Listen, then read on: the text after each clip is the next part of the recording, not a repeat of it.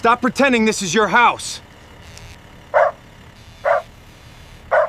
She stood barefoot on the cold steps, a folder of court papers pressed against her chest, while neighbors watched from behind curtains. What happens when the person sworn to protect a city decides your silence is proof of guilt? I said you want to seem like the sofrito for What do you do when your name, your key, and your truth are all ignored? He thought he was arresting an ordinary woman who had wandered where she did not belong. Turn around, ma'am. You're coming with me. I am aware of my rights, officer. By sunrise, the same city would be answering for every word he said on that porch. Stay until the end, because the quietest voice in this story changes everything. The officer shoved the porch light into her eyes and told her to stop pretending this was her house. She stood barefoot on the cold steps, a folder of court papers pressed against her chest, while neighbors watched from behind curtains. What happens when the person sworn to protect a city decides your silence is proof of guilt? What do you do when your name, your key, and your truth are all ignored? He thought he was arresting an ordinary woman who had wandered where she did not belong. By sunrise, the same city would be answering for every word he said on that porch. Stay until the end, because the quietest voice in this story changes everything. Step away from the door. Officer Martin Hale's flashlight swept over the brass house numbers, the white trim, and the woman standing barefoot on the porch tile. The cold had climbed through Alina Mercer's feet. She kept one hand near the jammed deadbolt and the other around a folder pressed to her chest. "This is my home," she said. Hale stopped one step below her. "Then explain why a neighbor saw you working the lock." "The key sticks." She lifted 2 fingers, showing a key tied with a ribbon. "My name is Alina Mercer. My identification and office number are in this folder." Folder stays closed. "It proves who I am." I said closed. Across the street, Ellen Price stood in her dark sitting room with one palm against the window. 2 houses down, 16-year-old Malik Brooks held his phone between the blinds, unsure whether recording made him brave or just another person watching. Alina saw the lens and looked away. "Officer," she said, "call the number on my card, or let me get my license from the hall table. Nobody enters until I know who I'm dealing with." "You're dealing with the owner." "You keep saying that." "Because it is true." A dry leaf scraped along the porch rail. Inside the house, the security chime gave a soft beep. Alina shifted her weight, the tile slick under her skin. 3 porch lights were on now. Hale glanced back at the windows. His shoulders straightened. "Put the folder down."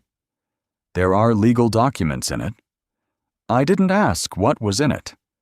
"You asked who I am." "I asked you to comply." The word filled the little porch. Alina looked at his badge, then at the body camera beneath it. A red indicator blinked once. "Is your camera recording?" she asked. Hale's mouth tightened. "Turn around." "No." The answer was quiet enough that Malik leaned closer. Hale stepped onto the porch. The beam bounced from the folder into Alina's eyes, making her blink but not move. Last chance. Alina lowered the key onto the rail. The red ribbon fluttered once and lay flat against damp paint.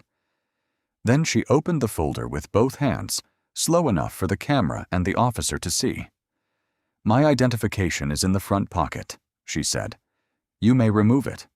"Hands away." "I am showing you what you asked for." "Hands away." Ellen backed from her window. She had made the call. She had said a woman was at the Mercer house and the owner might be away. Now she could see the key, but her phone was still warm in her hand, and the correction stayed behind her teeth. Hale reached for the folder. Alina drew it closer, only to keep the papers from falling into the wet leaves. "That's enough," he said. For 1 second, the street seemed to hold its breath. Crickets by the hedge, the chime inside, Malik behind the blinds. Hale took Alina's wrist and turned her toward the patrol car with careful force, gentle enough to look controlled and firm enough to tell every window who had the power. "Officer," Alina said, "listen carefully. You are making a record." "Good," Hale answered. "Then it'll show you were warned." The folder slipped open. A white sheet slid over the porch edge and landed on the dark grass, where Malik's camera caught a line of letterhead before the mist blurred the ink. At 6:18 p.m., the courthouse windows in Bayford turned black against October dusk. Alina Mercer stood alone in courtroom 4, sliding pages into a brown folder while a cleaning cart squeaked beyond the doors. The room smelled of polish and wood. Her robe was already in chambers, but the day still seemed folded across her shoulders. Peter Lang, 34, her clerk, appeared with his tie loosened. "Judge Mercer, the Callaway motion is indexed," he said, "and the memorial program is on your desk." "Thank you, Peter." "You're still going?" "Isaac's name is on it." "That wasn't my question." "Then ask a better one. Are you going home or sleeping in chambers again?" "My daughter is coming tomorrow." Alina reached into her purse. The old house key, tied with a faded red ribbon, caught on the folder's metal corner and pulled it open again. Peter noticed. "You still keep that?"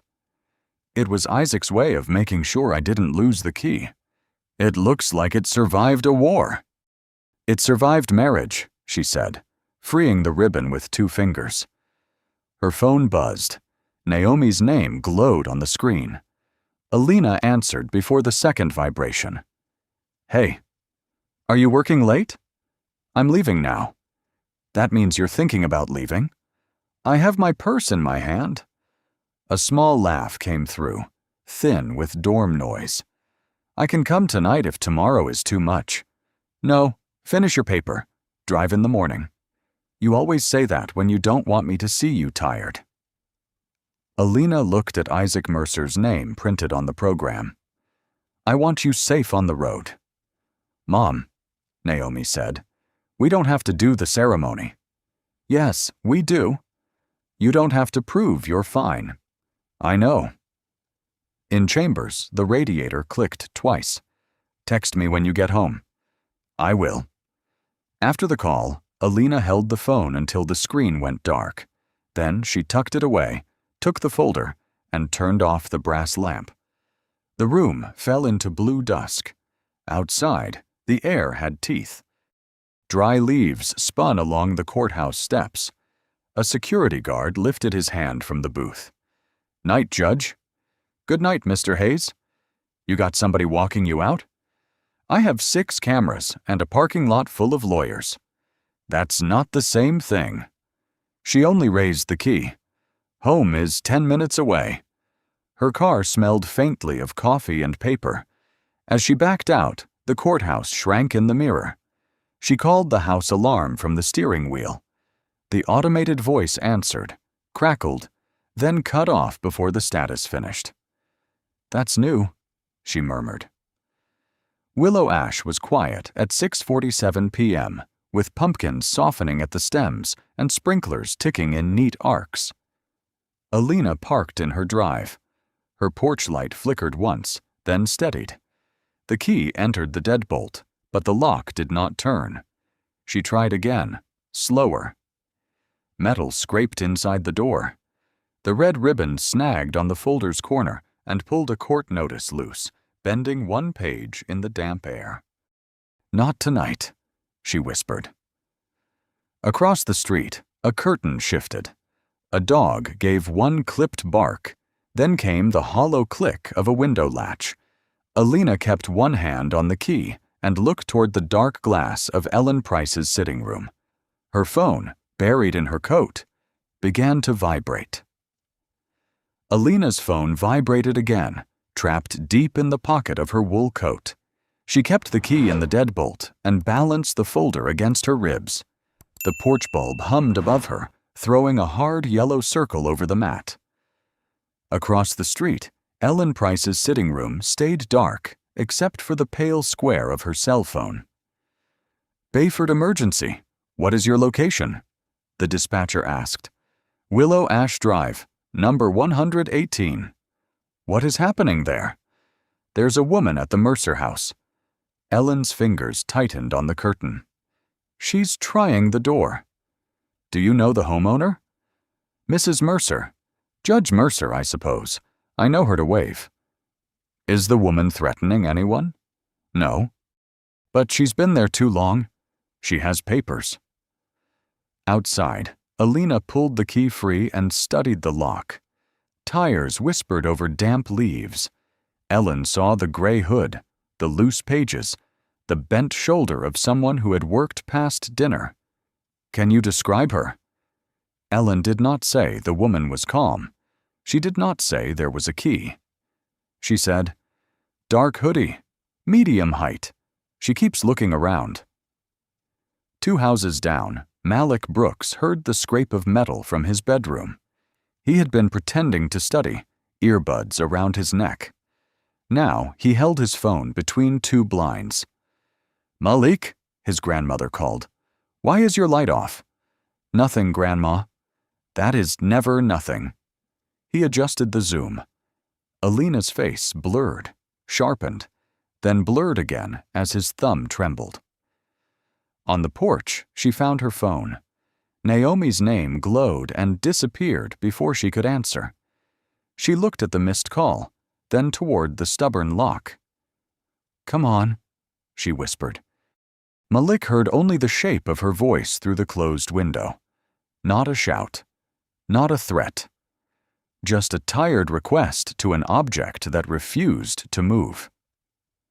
At 6:53 p.m., Officer Martin Hale sat in his cruiser outside a closed pharmacy, cold coffee untouched in the cup holder. His shift had run long because of a fender bender, a missing wallet, and a manager who wanted someone removed but would not say why. The radio crackled. "Unit 12, possible suspicious person, 118 Willow Ash Drive. Caller reports unknown female attempting entry." Hale exhaled. "Copy. Any threat?" "Negative," dispatcher Renee Cobb said. She was 29, with hoops that tapped her headset. "Caller says homeowner may be away." "May be away?" "That's what she said." "Another neighbor dispute?" "Unknown." Caller sounds concerned. "Concerned isn't a crime." "No, but it's your call." He put the cruiser in drive. Renee paused. "Martin, keep it clean. Willow Ash complains if a mailbox leans wrong." "I know the neighborhood." "That's what I'm reminding you." By the time Hale turned onto Willow Ash, more porch lights had come on. Malik's phone shook so badly the patrol car appeared as 2 sliding beams before it became one. Alina heard the engine first, low and official, then saw red and blue light wash over her white front door. She placed the folder against her chest and kept the key visible. "Ma'am," Renee asked Ellen, "is the officer on scene?" Ellen watched Hale step out and rest one hand on his belt. "Yes," she said. The cruiser door shut with a sound that made Malik stop breathing through his nose. The cruiser door shut hard enough to make the porch bulb tremble. Alina stayed beside the jammed lock, the key between 2 fingers, the folder against her ribs.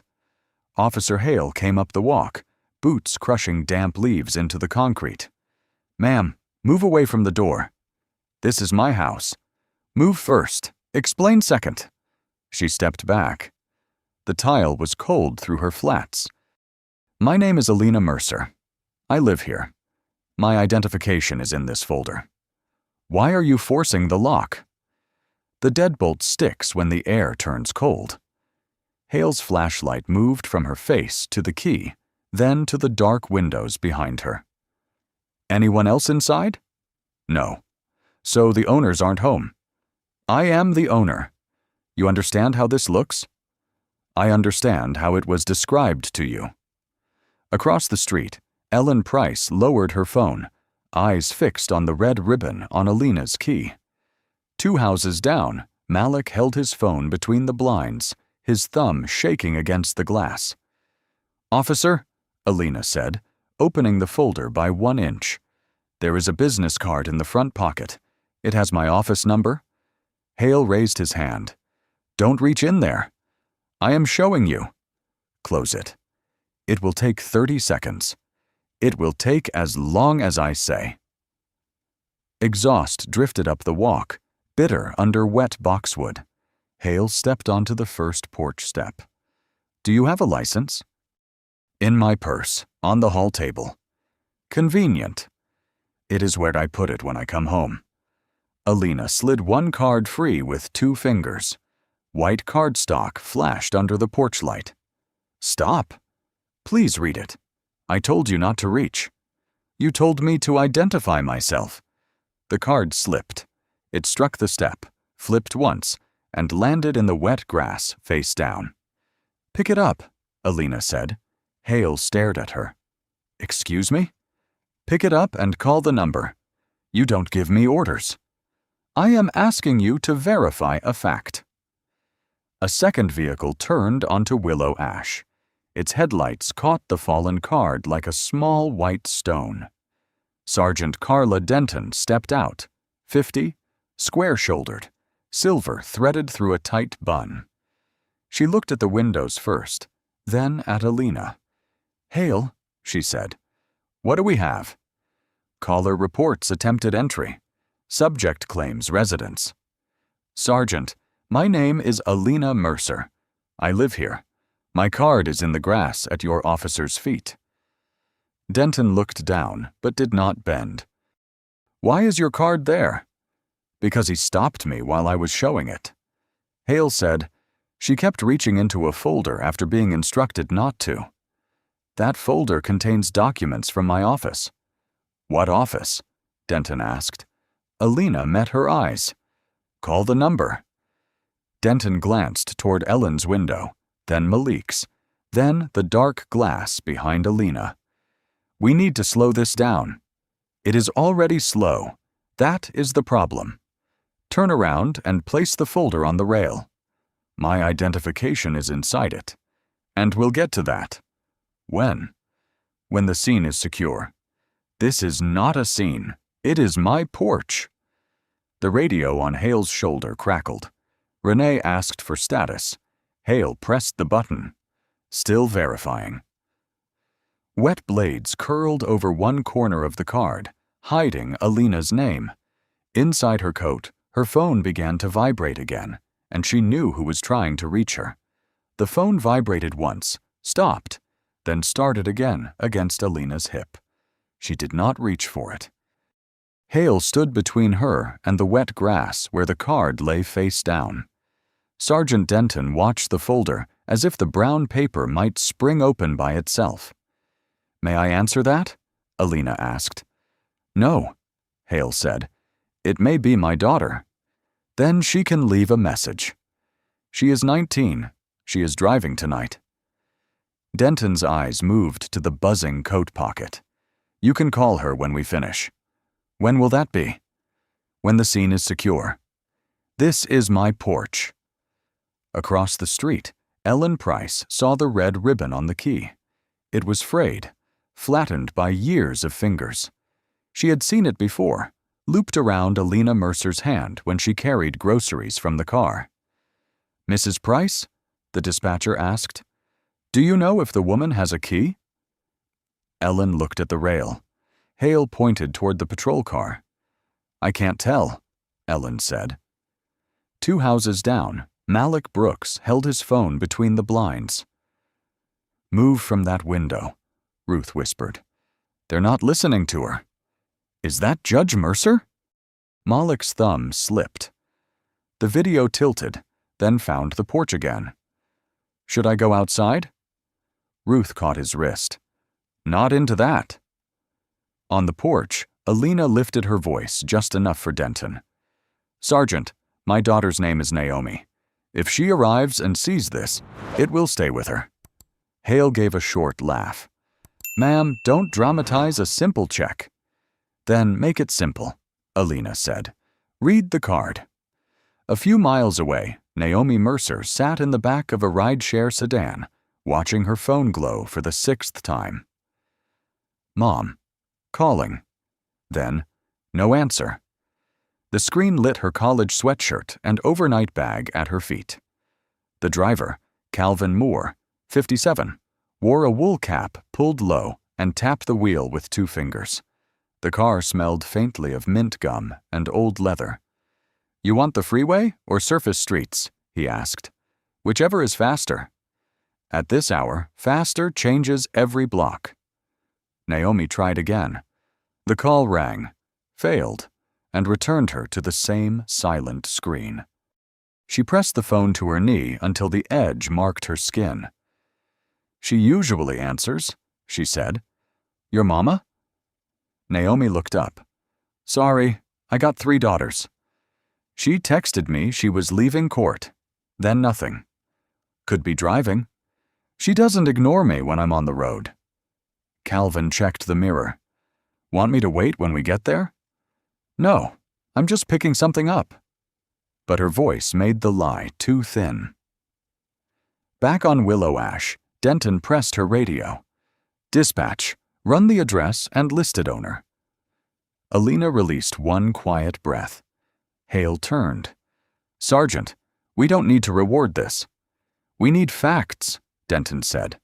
My ID is in the folder, Alina said, and your license is inside the house you can't enter. The phone started again. Louder now. A trapped insect under wool. Ellen heard it through the open dispatcher line. Malik's camera caught Alina's eyes lowering toward her coat. Officer, Alina said, if you will not let me answer, tell her I am safe. Hale looked at the windows, then back at her. I'm not your messenger. The 6th missed call faded from Naomi's screen, leaving only her reflection in the glass of the car window. The 7th ring died in Naomi's hand. On Willow Ash, Hale heard only the click of Alina's phone going quiet inside her coat. He pointed toward the cruiser. Step off the porch. Alina held the folder tighter. Sergeant Denton asked dispatch to verify the address. And while they do, you don't stand at the door. I am standing outside my own home. You keep saying that. It should make you check. Across the street, another porch light snapped on. Behind Ellen Price's curtains, her lips moved around Alina's name. Denton's radio crackled. Unit 12, records show 118 Willow Ash under Isaac and Alina Mercer. Alina looked at Denton. Thank you. Now please pick up the card. Hale spoke over her. Isaac Mercer. Is he here? No. Then we still don't know who you are. My name is on that record. You could know that from the mailbox. Alina glanced toward the small black mailbox. No name was printed there. Malik's camera caught the pause. Denton noticed, too. Set the folder on the rail. The rail is wet. Carefully, then. Hale climbed the last step. His boot scraped grit near her bare toes. Enough. Alina lowered the folder, but the corner struck damp wood. The metal clip sprang open with a sharp snap. Pages slid out, first one, then a white fan that spilled over the step and down the driveway. For a moment, no one moved. The papers whispered over concrete. One page caught under the cruiser tire. Another drifted toward the gutter. Alina looked at Hale. Those are sealed court materials. Should have followed instructions. I asked you to read one card. Turn around, Denton said. Martin. She reached after being told not to. Alina's hands were open at her sides. I am not reaching. Turn around. Malik pressed his phone against the glass until it tapped. Ruth whispered behind him, Baby, breathe. She didn't do anything, he said. Across the street, Ellen lifted the curtain an inch. Hale saw it. Hands where I can see them. They are where you can see them. Do not argue. I am correcting the record. The word record hung between them. Hale took her wrist. A practiced turn, smooth at the shoulder, firm at the bone. Cold metal touched her skin before the first click. Alina closed her eyes for less than a second. "Officer," she said, "listen carefully. Don't start. You're making a record." "Good," Hale said. "It'll show you were warned." The second cuff clicked. Malik flinched as if the sound had crossed the street and struck the window. Denton stared at the papers. One sheet lay face up in the driveway. The federal seal showed under the patrol lights. "Martin," she said again, quieter. Hale guided Alina down the steps. Her bare foot touched the damp grass beside the card. She did not look at the row of white-lit rectangles where people stood with hands over mouths. "My daughter may arrive," Alina said. "Do not let her think I disappeared." Hale opened the rear cruiser door. "Sit." Denton bent at last and picked up the card. Water ran from one corner onto her glove. She turned it over. The name was clean enough to read. At the same moment, Naomi's rideshare turned onto Willow Ash, and its headlights washed over the scattered pages on the driveway. Naomi's headlights reached the driveway just as Hale lowered Alina into the back seat. "Mom," she shouted. The rideshare stopped half in the street. Naomi jumped out before Calvin Moore could ask if she wanted him to wait. Alina turned her cuffed hand slightly. "Naomi, stay by the car." "What is happening?" "Do what I said." Hale shut the cruiser door. The sound flattened Alina's voice behind the glass. Naomi stepped toward Denton. "That is my mother. She lives here." Denton held the card in one gloved hand. "We're sorting it out." "Then open the door." "Ma'am, step back." "She is Judge Mercer." Hale came around the cruiser. "She can explain that downtown." Denton looked at the windows instead of the card, at Ellen's face and Malik's phone behind blinds. "Officer Hale, transport. I'll secure the documents." Through the glass, Alina saw Naomi bend for one page, then stop when Denton raised a hand. The cruiser pulled away before her daughter's mouth finished forming the word, "Please."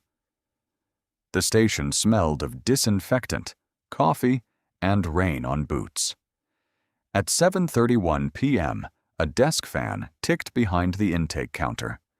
Officer Luis Ortega, 38, with a wedding band he kept turning with his thumb, looked up. "Hale, who's this?" "Attempted entry. Obstruction during verification." Alina stood beside the counter, cuffs still on. Her wrists had gone numb at the edges. "My name is Alina Mercer. My house is 118 Willow Ash." Ortega glanced at the sleeve in Hale's hand. "You got ID." She refused to provide it. "I was not allowed to retrieve it." She had chances. Alina looked at Ortega. "There is an official card in Sergeant Denton's hand. There is a key with a red ribbon. Please log everything accurately." Ortega's pen slowed. "Personal items?" Hale sighed. "Tray." A female officer removed the cuffs. The air touched Alina's wrists like ice. One by one, her belongings went into a gray plastic tray. Phone, key, ribbon, receipt, silver pen, and a worn photograph of Isaac Mercer. The tray hit the metal table with a hollow clap. Alina's eyes went to the photograph. "Careful with that," she said. The female officer's hand paused. "Sorry." Hale took the incident form. Subject became non-compliant when instructed to step away. "I asked for verification." "You interfered with a lawful check." "The camera recorded my words." "Good." Ortega looked up. "Body cam uploaded?" "Not yet." "Sergeant wants it flagged?" Morning review is fine. Alina turned toward him. You have enough tonight to correct this. Denton entered, the business card sealed inside a small bag. We're not calling a federal office after hours over a neighborhood call. Ortega blinked. Federal? Denton's eyes cut toward him. Process the hold as temporary pending identity confirmation. My identity is in your hand, Alina said. Denton placed the bag on the desk, but kept 2 fingers on it. And we will verify it properly. When? In the morning. Alina looked at the wall clock. The second hand moved with a dry click. My husband's memorial is tomorrow. No one answered quickly enough. Behind the counter, her phone lit inside the tray. Naomi. The vibration made the key tremble, and the red ribbon tapped against the plastic. At 6:45 a.m., the plastic tray sat behind the intake desk, but Alina Mercer was no longer allowed to see it. She sat in a holding room with a paper cup and a bench seam pressing through her coat. Fluorescent light gave everything a green edge. Beyond the door, a printer coughed, stopped, then coughed again. Can I make one call now? She asked when Ortega passed. He did not enter. Sergeant said after identity review. My daughter watched me leave my own driveway in a patrol car. I know. Then let her hear my voice. Ortega's fingers tightened on the clipboard. I'll ask. The cuff marks had faded, but her skin still felt cold. Across town, the federal building smelled of coffee, waxed floors, and coats.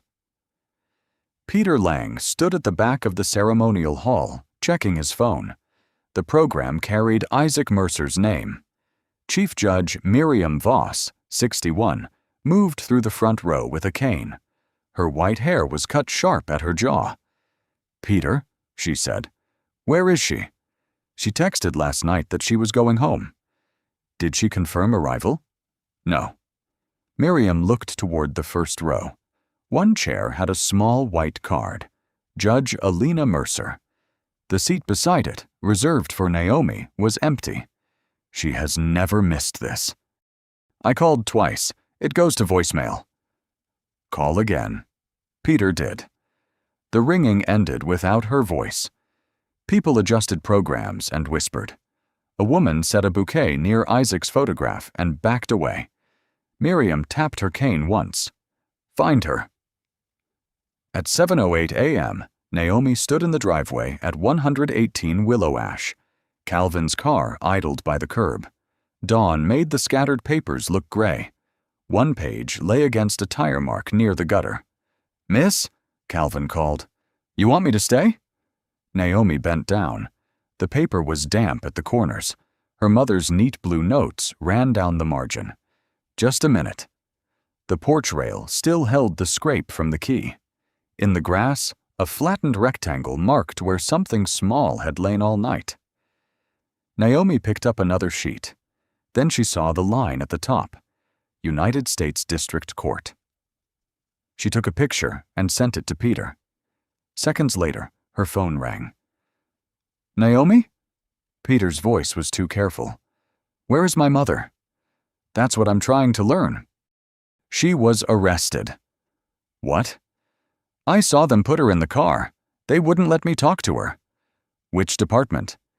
Bayford Police, Willow Ash, Officer Hale. Peter stopped breathing for a beat. In the hall, the microphone squealed, and everyone turned toward the empty chair. Send me everything, he said. I found court papers in the driveway. Do not leave them there. I'm not. And Naomi? What? Stay where people can see you. She looked up at Ellen Price's window. The curtain moved, then froze. That is not as comforting as you think. Peter crossed the hall fast. Chief Judge? Miriam turned from Isaac's photograph. You found her? Bayford Police took her last night. The cane stopped mid-air. What do you mean? Took her? Naomi knelt in the wet driveway, gathering each page with shaking hands. On her screen, Peter's call remained open. In the federal hall, the memorial began without its speaker, and the empty chair with Alina's name stayed in the first row, untouched. Peter did not wait for the memorial to end. He slipped through the side door with Isaac Mercer's program folded in his fist and called Bayford Police. Bayford Police Department. This is Peter Lang, clerk to Judge Alina Mercer of the United States District Court. I need to know whether she is in your custody. One moment. The line hummed. A violin began its first note behind him. A man came on. Officer Ortega. Is Judge Mercer there? Sir, I can't discuss a pending identity matter. So you have someone claiming to be her? I can't confirm that. Chief Judge Miriam Voss took the phone. This is Chief Judge Voss. Put your supervisor on. At the station, Ortega looked through the holding room glass. Alina sat on the bench with a paper cup between both hands. She simply lifted her eyes. Please hold, Ortega said. He crossed to the intake desk. The gray tray sat behind a monitor. Phone, key, pen, and a worn photograph. The red ribbon hung over the edge like a loose thread. Hale stood by the coffee machine. Who's calling? Federal Court. Ortega pulled the tray forward. Plastic scraped metal. He lifted Isaac Mercer's photograph by one corner. Under it lay an official card, half covered by the picture. The seal at the top was not city, county, or state. Ortega read the name twice. Judge Alina R. Mercer. Hale came closer. That could be printed. With a direct chambers number? Call it then. That is what they are asking us to do. Sergeant Denton entered with a styrofoam cup. Steam rose until she saw the card. Why is that out? The court is on hold. The court? Chief Judge Voss. Coffee jumped when Denton set the cup down. Give me the phone. She picked up. Chief Judge, this is Sergeant Denton. We are completing standard verification. You have had Judge Mercer since last night, Miriam said. We had a neighborhood entry call. You had a name, an address record, a card. Denton looked at Hale. His face had gone still under the fluorescent light. We are reviewing the sequence. That is not an answer. Bring her to a phone now. Hale folded his arms. Sergeant, we followed procedure. Miriam heard him. Then your procedure is part of the problem. A printer coughed once and fell silent. Ortega opened the holding room door. Judge Mercer. The title came out low, but Alina heard it. Her fingers tightened around the paper cup until the rim folded inward. Chief Judge Voss is on the line. Alina stood. The floor was cold through her socks. She walked past Hale without looking at him. Denton held out the receiver, but kept her eyes on the desk. This is Mercer. Alina, Miriam said. Are you safe? Alina looked at the tray. Isaac's photograph lay face up now, the card beside it, the red ribbon touching both. I am standing, she said. Peter exhaled through the line. The front doors opened. Darlene Shaw, 45, assistant to the police chief, stepped inside in a navy coat with morning fog on her shoulders and a phone in her hand. Her curls were damp, her jaw set. Sergeant Denton, she said, tell me the courthouse did not call the chief before we did. No one answered. At Hale's terminal, a small chime sounded. The body camera upload had finished. The body camera chime made every head in the intake room turn. Darlene Shaw pointed at Hale's computer. Copy that file to the evidence server, now. Hale's jaw moved. Assistant Shaw, with respect. With respect is what should have happened on Willow Ash. Denton stepped closer. We need context. Alina stood beside the phone. Then look at all of it. At 7:42 a.m., Naomi stood in her mother's kitchen with damp pages spread across the table. Peter's laptop was open beside them. Malik Brooks sat across from her with a cracked white cable. "I didn't know if it would help," he said. Naomi clicked the video. "It helps. It's not good quality. It shows enough." On the screen, Alina stood under the porch light, her mouth moving without sound. Hale's flashlight cut white lines across her face. The card dropped. The folder opened.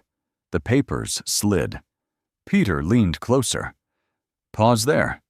Naomi tapped the spacebar. The image froze with Alina's lips parted. "What is she saying?"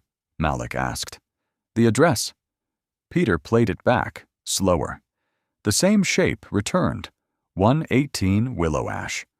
Malik pulled his sleeves over his hands. "I should have opened the window." "You were 16 behind glass," Peter said. "That doesn't make it better." The back door creaked. Ellen Price stood on the threshold in a beige coat, buttoned wrong, silver hair loose at one side. Her hands were empty, but they shook as if she still held the phone. Naomi rose. "Why are you here?" Ellen looked at the papers, then at the laptop. "I called." "You called the police on my mother?" "I thought—" "Don't say you thought she didn't belong here." Peter said quietly. "Mrs. Price, did you see the key?" Ellen touched the wrong button on her coat. "After. I saw the ribbon after." "Did you tell dispatch?" "No." Naomi's hand flattened on a damp court page. Ink smudged under her palm. "Why not?" Ellen looked toward the front hall where the porch light still glowed through frosted glass. "Because by then I was embarrassed to be wrong." No one moved.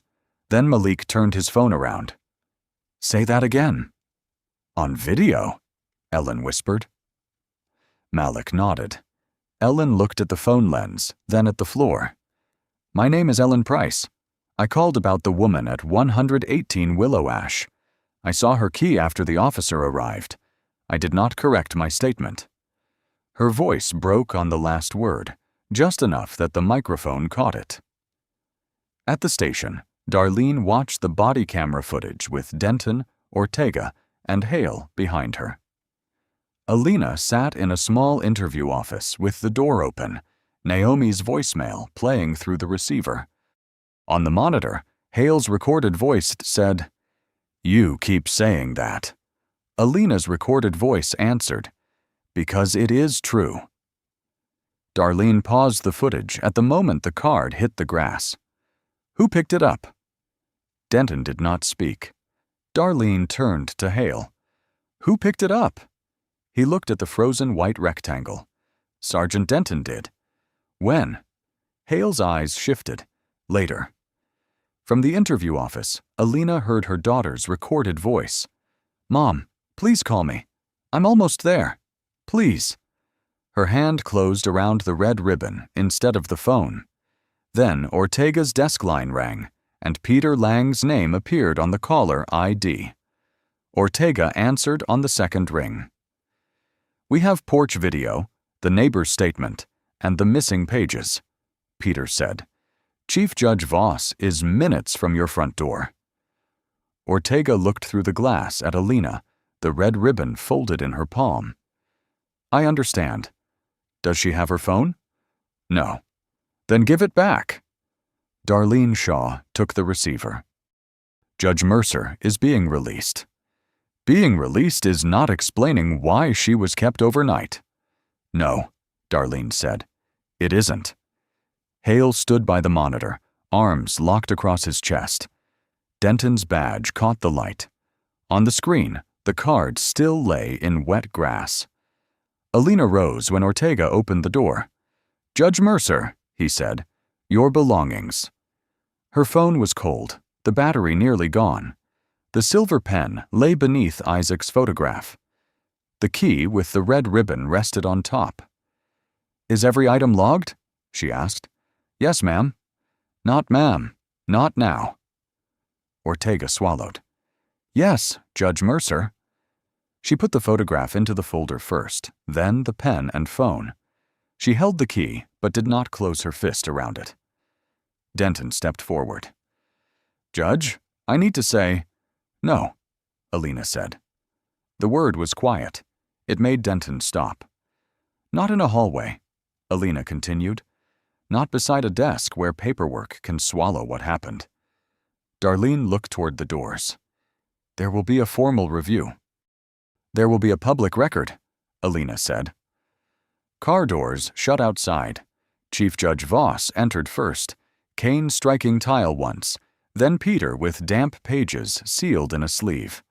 Behind them came Naomi, hair pulled back, eyes fixed on her mother's wrists. "Mom." Alina turned. Naomi crossed the room. She did not hug at first. She took her mother's hands and turned them over. The skin was marked where metal had pressed. "I called," Naomi said. "I know. I was outside. I know that too. You told me to stay by the car." "And you did." "No, I didn't." Alina's mouth softened. "Good." Naomi pulled out a strip of red ribbon, damp and frayed from the driveway. She wrapped it once around Alina's wrist and tied it with shaking fingers. "There," Naomi said, "so they can see what they ignored." Alina looked down. The knot was crooked. She left it that way. The station doors opened to a pale October morning. Reporters waited beyond the steps, enough cameras to make officers shift their weight. Nora King, 41, stood in front. With a local press badge, raincoat belted tight, notebook open. "Judge Mercer," Nora called, "were you held after identifying yourself?" Chief Judge Voss stepped beside Alina. "Judge Alina R. Mercer is a sitting federal judge. Her identity was available last night through documents, address records, and direct court contact." Denton's face changed as the sentence landed. Hale stared at the curb. Nora asked, "Do you believe this was one officer's mistake?" Alina looked at Naomi, then at Malik, standing near Peter with his phone lowered. "This is not only about me," Alina said. "A city should not need a title before it decides to listen. Ask who was allowed to pause, who was allowed to doubt, and who was told to wait until morning." Behind the cameras, Ellen Price stood near the lot's edge, holding her statement like something too heavy for paper. "Start with the first call," Samuel Reed said. The auditor was 56, narrow-framed, with half-moon glasses. Grant Royce, 46, sat at the far end with a folder marked Confidential. Alina faced Hale and Denton. Naomi sat behind her, close enough for Alina to hear her breathing catch. The room smelled of burnt coffee and copier toner. Cold air from the ceiling vent moved over the microphones. Samuel clicked the remote. Ellen Price's voice filled the room. "There's a woman at the Mercer house. She's trying the door." He paused it. "Dispatcher Cobb, did the caller report a threat, forced entry, or broken glass?" Renee sat near the wall. "No, sir." "Did she mention a key?" "No." "Did anyone ask after officers arrived?" Renee looked at Denton. "Not on the recorded line." The body camera began. "Step away from the door," Hale's recorded voice said. Naomi lowered her eyes when the flashlight crossed Alina's face. Alina watched without moving. Samuel froze the frame where Alina held out the card. "Officer Hale, what did you believe this object was?" "A card." "What kind?" "I didn't know yet." "Why not?" She kept reaching. Alina's hands lay open on the table. "I used 2 fingers." "That's not how it felt." Samuel rewound 3 seconds. 2 fingers. A white card. Hale's hand lifting. For several seconds there was only the vent humming and the tick of the recorder. Samuel turned to Denton. "Sergeant, when did you first see the card?" "At the porch." "When did you retrieve it?" "After Judge Mercer was in the vehicle." "Why not before?" Denton folded her hands until the knuckles paled. There were windows lit, people watching.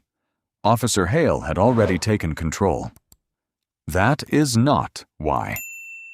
I did not want to undercut him in front of the neighborhood. Naomi's chair scraped.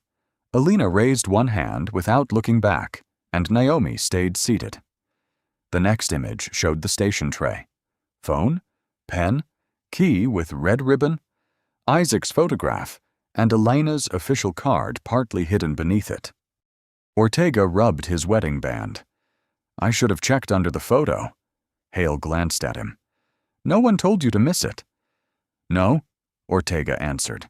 Nobody stopped me from looking either. Peter slid a sealed sleeve across the table. These are the driveway pages. The letterhead is visible in Malik Brooks's video. Samuel nodded to Malik. Why did you record? Malik swallowed. Because she kept asking them to check, and they kept acting like asking was the problem. Hale muttered. He was across the street. Yes, Samuel said, and his footage captured what your camera missed.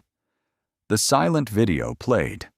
Alina's mouth formed the same words again and again. 118 Willow Ash. The card fell. Denton looked down. Denton looked away. Grant opened his folder. Judge Mercer, the city is prepared to discuss a private resolution. Alina turned the red ribbon once around her finger. Private from whom? From unnecessary public harm. She looked at the frozen card in the grass. The harm was already public. Chief Judge Voss closed her folder. Then the record should be public. Samuel pressed save. The recorder's light blinked steady, while Denton stared at the screen as if the wet grass might answer for her. The pen stopped above the last line. Alina held it there while the conference room waited. Pale October light lay across downtown Bayford. The room smelled of lemon cleaner, old coffee, and warm paper from the copier. Grant Royce slid the page forward. Judge Mercer, the amount is final, $980,000. Alina read one sentence again. The city recognized only an unfortunate misunderstanding. No, she said. Grant blinked. No to the amount? No to that sentence. Sergeant Denton sat 2 seats away, hands flat on her knees. Hale was not in the room. His name appeared on paper. The phrase is standard, Grant said. So was keeping me overnight. Naomi shifted beside her. Her sneaker tapped once, then stopped. She placed Isaac's photograph beside the signature line. In it, he stood on the porch with the red ribbon looped around the key. We can acknowledge procedural errors, Grant said. Procedural errors did not ignore 6 calls from my daughter. Naomi's fingers curled. Procedural errors did not leave a card in wet grass, Alina said. People did. Darlene Shaw lifted her copy. Then name the failures. No identity check. No document preservation. No phone access. No review. Grant turned. Darlene. We are past softer words. Denton stared at the table seam. Add failure to correct course when new information appeared. Denton's mouth tightened. I told myself I was protecting command. I was protecting pride. Grant scratched a note with his silver pen. Public wording creates exposure. Then the wording is finally honest, Alina said. Chief Judge Voss leaned on her cane near the window. Outside, Nora King and the cameras waited. Grant passed over a revised page. The city acknowledges that Judge Mercer provided chances for verification which were not taken, and that those failures caused unlawful detention and public harm. Alina read it twice. Mom, Naomi whispered. Alina turned. I need to say this before you sign. Naomi pressed Isaac's photograph flat. When Dad died, you told me the front door was still ours. You said if I could reach the porch, I could breathe. Last night I stood at that same door and watched them take you away. I thought I was going to lose you behind it too." Alina reached toward her, but Naomi shook her head once. "Don't fix it for me," Naomi said. "Just don't let them write it like it was fog." Alina folded her hand back around the pen. "The settlement includes fees, document repairs, and a public statement," Grant said. "Public by when?" 48 hours. 24. Darlene nodded. "I can support that." "And no clause limiting truthful statements." Grant looked at Miriam Voss. Miriam tapped her cane once. "You heard her?" Grant crossed out another line. 24 hours. No restriction on factual accounts. The amount remains $980,000. Alina looked at the red ribbon near her wrist, crooked from Naomi's knot. She touched Isaac's photograph once, not his face, only the porch behind him. Then she signed. The room did not celebrate. Denton closed her eyes. Naomi walked to the window, where Nora King lifted a microphone below. Alina capped the pen. "Now write the part that changes what happens next." The city council chamber was colder than the courthouse. At 5:06 p.m., Alina sat in the front row with Naomi on one side and Judge Voss on the other. The settlement had been announced that morning, but the room was not full because of money. People came because Nora King's report had shown the porch, the card, and the night behind a station door. On the screen above the dais, Alina's business card lay in wet grass. Her name was half hidden by water. Mayor Denise Calloway, 52, adjusted her glasses. "This meeting is not a trial." "No," someone said behind Alina. "It's a mirror." Councilman Robert Finch, 64, leaned toward his microphone. "We have a resolution for independent review, verification rules, camera escalation, and public complaint data." A man near the back called, "Why did it take a judge?" Alina kept her hands folded.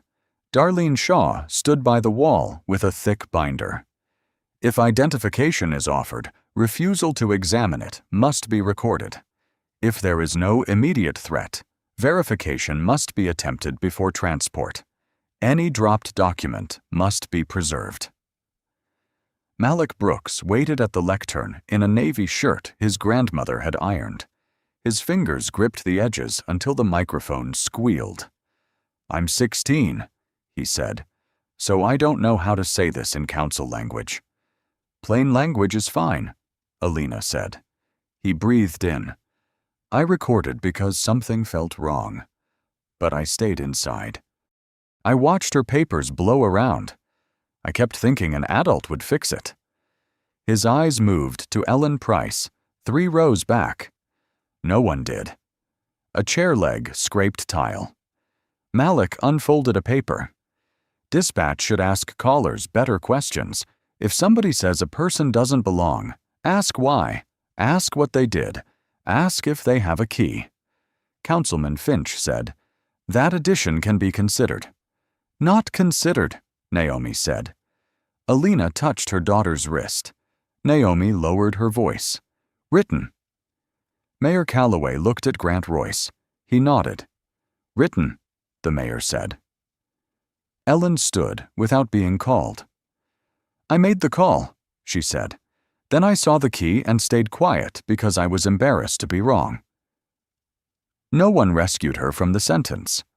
"Put people like me in the training," she added. "Not just officers."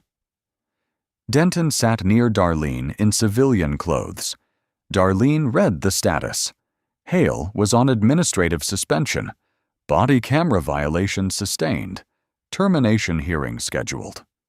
Denton faced command failure findings and demotion pending the final board vote. There were no cheers. The resolution passed unanimously. Independent auditor for 3 years. Public complaint dashboard. Dispatch questions. Preservation of offered documents. Family contact unless a clear safety reason blocked it. And quarterly reports to council. The gavel fell with a small wooden crack. Naomi exhaled.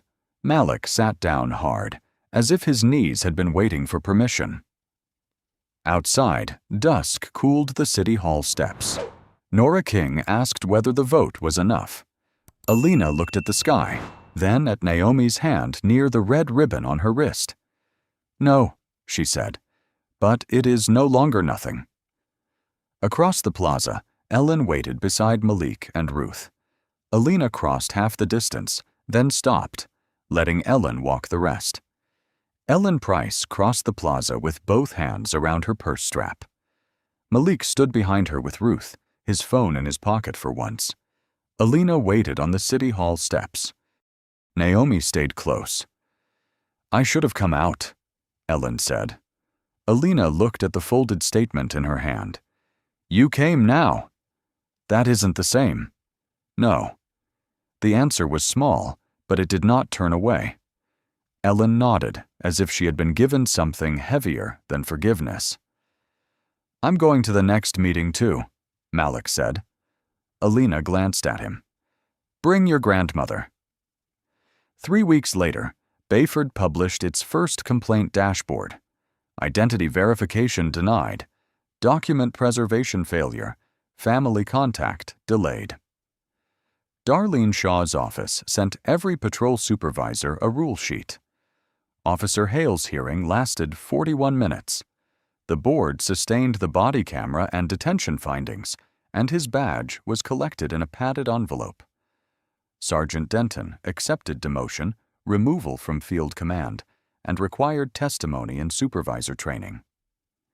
When she described the porch, she no longer said scene. She said home. Nora King aired the follow-up without music. Malik's video played beside the body camera, then Ellen's statement, then the new dispatch checklist. Renee Cobb, leading call review sessions now, read one question aloud to trainees. What did the caller actually see? No one answered quickly. In December, Naomi came home carrying a small brass key from the locksmith. The air smelled of cinnamon from next door. "You didn't have to replace the lock," Naomi said. "The old one had a good career. It betrayed us. It stuck." "Mom?" Alina set a grocery bag on the counter and let the silence sit there with the oranges and receipts. "Some things can be repaired. Some things should be replaced." Naomi took the red ribbon from a dish by the sink. It had been washed, dried, and pressed flat between two books. The color was duller now, but Isaac's knot still held at one end. At 118 Willow Ash, the front porch had been repainted. No cameras waited by the curb. The house was quiet, except for the small tick of the porch light warming in its socket. Alina stood at the door while Naomi threaded the new key onto the ring beside the old ribbon. "Too tight?" Naomi asked. "No. You always say no." "This time, it fits." Naomi smiled, but her eyes stayed wet. She lifted the key and placed it in her mother's palm. For a moment, both women held it. Metal against skin. Ribbon against wrist. A small weight where fear had once been. Across the street, Ellen opened her curtain, saw them, and did not hide. She lifted one hand. Alina lifted the key in return. Not high, just enough. Later that evening, the first quarterly report arrived by email. Verification calls had tripled. Complaints were logged by category. 2 officers had been retrained after failing a document preservation drill. The city attorney's office had stopped using the word misunderstanding in public summaries. Alina read the report once, then closed the laptop. Naomi stood in the doorway. "Is it enough?" Alina looked toward the porch, where the repaired light drew a soft square on the steps. "Not yet," she said, "but it is moving." She hung the new key by the door. The red ribbon rested beside it, no longer a warning, not exactly a wound.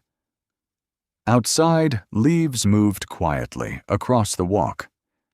If this story stayed with you, share your thoughts in the comments.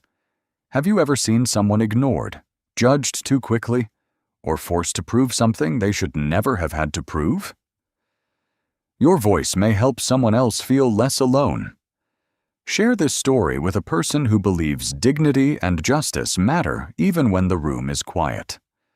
And subscribe for more stories about accountability, quiet resilience, and the kind of change that begins when one person refuses to let the truth be buried. Sometimes the strongest endings do not arrive with applause. They arrive when a door opens, a record changes, and someone finally gets to go home.